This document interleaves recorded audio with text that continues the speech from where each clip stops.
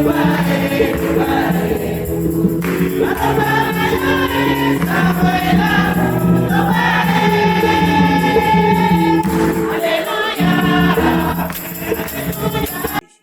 Seigneur soit avec vous. Et avec votre esprit. Évangile de Jésus-Christ selon saint Matthieu.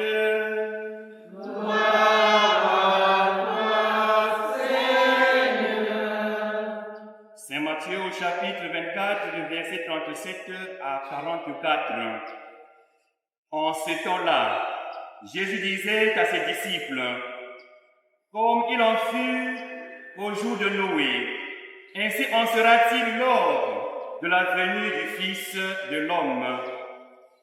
En ce jour-là, avant le déluge, on mangeait et on buvait, on prenait femme et on prenait mari, jusqu'au jour où Noé entra dans l'arche. Les gens se sont doutés de rien, jusqu'à ce que survienne le déluge qui les a tous engloutis. Telle sera aussi la venue du Fils de l'homme. Alors, deux hommes seront au champ, l'un sera pris, l'autre laissé. Deux femmes seront au moulin en train de moudre. L'une sera prise, l'autre laissée. Veillez donc, car vous ne savez pas quel jour votre Seigneur vient. Comprenez-le bien. Si le maître de maison avait su à quelle heure de la nuit le voleur viendrait, il aurait veillé et n'aurait pas laissé percer le mur de sa maison. Tenez-vous donc prêts, vous aussi. C'est à l'heure où vous n'y penserez pas que le Fils de l'homme viendra. Acclamons la parole de Dieu. Louange à toi, Seigneur Jésus. Mes chers amis, frères et sœurs, en petit rappel, aujourd'hui, oui, nous commençons la nouvelle année liturgique après avoir célébré la fête du Christ roi le dimanche passé. Un petit rappel pour comprendre que notre Église est divisée en 3 années. Il y a l'année A, l'année B, l'année C. Donc nous venons de terminer en 2025, normalement l'année C, et nous commençons aujourd'hui l'année A. Et un petit rappel aussi, puisque l'année commence par ce qu'on appelle avant tout l'avant, et l'avant est bien aussi ce temps qui ouvre les 4 semaines pour nous préparer à accueillir à Noël celui qui était venu, qui vient et qui vient toujours, notre Seigneur Jésus le Christ. Normalement, quand on arrive à la fin de l'année, on fait toujours un bilan le 31 décembre. Et ce matin aussi, puisque nous commençons une année liturgique, c'est aussi un moment de faire un bilan. Et quel est ce bilan? Ce bilan, c'est nous poser la question pour savoir si, réellement, celui que nous avons célébré pendant un an, est-ce que nous l'aimons vraiment? Pour désirer une fois de plus sa venue parmi nous, est-ce que avons-nous vraiment soif de le voir revenir parmi nous? C'est bien cette soif de sa venue que le prophète Isaïe, dans la première lecture, 6 siècles avant Jésus, annonçait déjà. Parce que entre le prophète Isaïe et Jésus, ça fait 600 ans, donc 6 siècles. Voilà ce que disait Isaïe à l'époque, dans la prophétie, que le jour viendra où toutes les nations se tourneront vers Jérusalem. Cette ville deviendra le signe du salut universel.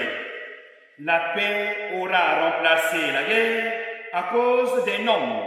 Et cet homme, c'est Jésus le Christ, le prince de la paix et de la justice, le vrai berger envoyé par Dieu, notre Père, pour rassembler toutes les nations de la terre.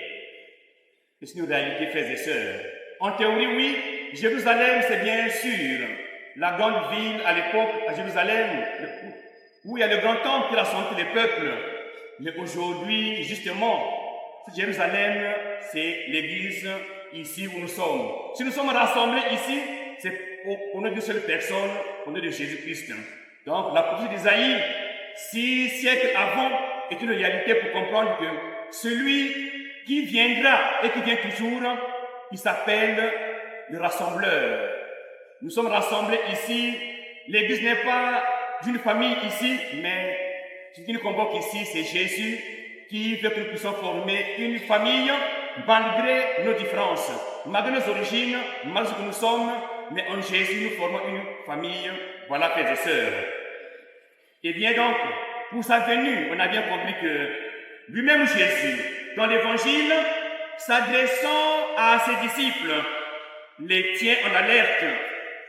Et avec eux, les disciples, il nous demande alors de nous tenir prêts pour ne pas rater ce beau rendez-vous d'amour avec lui, Jésus. Oui, frères et sœurs, le Seigneur nous le rappelle parce que trop souvent, dans notre manière de faire et d'agir, nous ne sommes pas trop différents des contemporains de Noé, l'un de nos patriarches. L'histoire de Noé, nous la connaissons un tout petit peu, parce que au temps de Noé, les gens vivaient comme à l'insu de Dieu. Voilà, ils avaient oublié Dieu à l'époque de Noé. Donc, comme eux, nos contemporains de Noé à l'époque, nous aussi, dans notre dépravation collective et notre perte de religiosité, nous ne manquons pas de trouver notre apaisement et notre bonheur dans l'immédiateté de notre quotidien, à savoir manger, boire, acheter, vendre, prendre femme, prendre mari. Évidemment, frères et sœurs, le Seigneur n'est pas contre, il ne se pose ni ne saurait s'opposer à notre épanouissement, mais sauf que tout ce qu'il veut pour nous, frères et sœurs, à travers cette illustration, c'est notre prise de conscience par rapport à notre attitude illusoire qui est au cœur de l'abondance, qui, au cœur de l'abondance, nous détourne de l'obéissance à sa loi. Nous sommes tous assez conscients que lorsque nous sommes comblés, nous tombons dans le piège de ne pouvoir plus vivre selon les commandements du Seigneur. C'est ça le piège. Dieu n'est pas contre notre bonheur. Se marier, boire, manger, c'est toujours bon. Mais sauf que quelquefois, on sait que quand on est béni, quand on est comblé, le plus souvent, on oublie Dieu. Voilà, frères et sœurs. Et à la kapongo, nzambe apambola yo, apesa yo nyonso, mais kasi na sima, obosane ye. Voilà. Okomika kama kamo, ya bisengo bia, awa on sait. Mais non. On a kolobate, bisengo bia se, ekosa yote. Makambo ya se, ekosa yote. Yo mutozuli besi nzambe, yeba, ko tonda ye tango inso. C'est cela, frères et sœurs. Oui, l'Église donc, comme une mère attentive qui ne veut pas la perdition de ses enfants, nous donne de comprendre que finalement, la vie chrétienne, notre vie chrétienne, reste un cheminement, une marche, oui, une marche qui suppose la durée et l'attente patiente. Cela signifie que, tout comme Noé, le temps qui nous est donné d'exister, pendant que nous avons encore la vie ici-bas sur la terre, frères et sœurs, ce temps-là, c'est un temps qu'il nous faut vivre dans l'écoute permanente de la parole de Dieu, en laissant s'accomplir en nous la volonté de Dieu pour être à l'abri de tout événement surprenant. Et c'est bien cette attitude qui signifie veiller pour être prêt ou tenez-vous prêt. Frères et sœurs, oui, veiller, c'est agir surtout ce qui va changer, qui peut changer, évidemment, notre vie. Veiller signifie quoi? Veiller, c'est aussi rejeter toutes les formes d'égoïsme et d'indifférence, frères et sœurs. Oui, veiller, c'est renoncer au comportement qui nous détourne de Dieu et des autres. Veiller, frères et sœurs, c'est encore nous laisser envahir, nous laisser inonder par le Saint-Esprit pour une réelle transformation de nos vies, nous conduisant honnêtement comme on le fait en plein jour, selon les termes de l'apôtre Paul dans la deuxième lecture.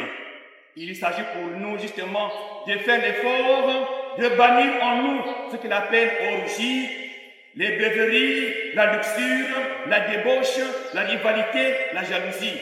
Voilà, frères et sœurs, si nous voulons bien accueillir Jésus à Noël, alors, à l'entrée de l'Avent, les vous est demandé justement de faire la propriété du cœur, savoir rejeter tout ce qui coupe toute relation avec le Seigneur, nous rappelle encore l'apôtre Paul, le beuverie sur la boisson, parce qu'on sait que en bon congolais le plus souvent, ce que je salaire, nayo, au lieu que les ndako, mais ce que les kina bar, le bar est un piège. Pour les kunap, au bandit moko, 2, 3, ben, le salaire diminue, à la maison arrive. Impossible de prendre en charge la maison, les enfants, madame, voilà, le piège aussi la boisson. C'est pas mauvais de boire, mais quand on boit, il faut avoir du calcul et avoir la mesure. Voilà. La luxure également, de notre apôtre Paul. Il y en a bateau. Pourtant, armoire, ici, étonda, la biloque. Tous les habits, mais quelquefois incapable de partager, mais toujours, il cherche toujours à avoir trop. Mais tu es chrétien. Si tu en as trop, mais pense aux autres, voilà. Donc le temps de Noël, le temps de l'Avent, nous aide à revenir en nous-mêmes, voilà, à revoir notre manière de vivre. Est-ce que j'ai cet esprit de partager? Voilà, c'est ça le partage. Savoir livrer ton cœur de tout ce qui encombre le cœur inutilement, voilà, la luxure. La débauche, on connaît tout cela, voilà. La rivalité, la jalousie, voilà. Ça rime à rien. Si on veut bien qu'il y ait à Noël, évitez d'être toujours dans la jalousie. Voilà, chers amis. Oui, avec Louis-Paul, dans sa lettre aux Romains, il s'agit donc pour nous de savoir, bien sûr, intensifier au quotidien notre vie chrétienne, c'est-à-dire ne pas se laisser manger par le monde ambiant. Voilà, frères et sœurs. Alors, chers amis, frères et sœurs, oui, la Sainte Eucharistie qui nous rassemble encore ce matin, c'est encore et toujours lui Jésus qui était venu et qui vient encore. Il se fait présent pour demeurer avec nous et nous aider à rejeter les œuvres des ténèbres et revêtir les armes de la lumière qui ont pour nom constance dans la foi, confiance, espérance. En célébrant ainsi dans cette Eucharistie avec foi que le Seigneur lui-même exauce favorablement notre supplication pour notre humanité défigurée. Et cette humanité, c'est aussi bien sûr nos propres familles, nos mouvements d'apostolat, pour que là où nous sommes, nous puissions nous engager dans un chemin de réelle conversion, transformation ensemble. Dans l'attente de sa venue pour Noël 2025, frères et sœurs, que Dieu notre Père nous envoie non pas le déluge mortel, mais celui de la purification de nos cœurs et de nos vies, qu'il brise lui-même les forces de l'ennemi trompeur qui nous empêche de vivre profondément dans le respect de sa parole. Que le Seigneur Marie assemble la kunabiso côté ndemba ya avec eye biso bon somo comme pasala makasi po ya kopetela motema na koyamba mokonzi Yesu Kristo mokolo ya Noel po tapesa biso oyo ekopesa biso epusa ya kotonga ka mabota ma biso eklesi na biso mpe mbongo na biso po kombo ya tata mpe ya mwana mpe libo santu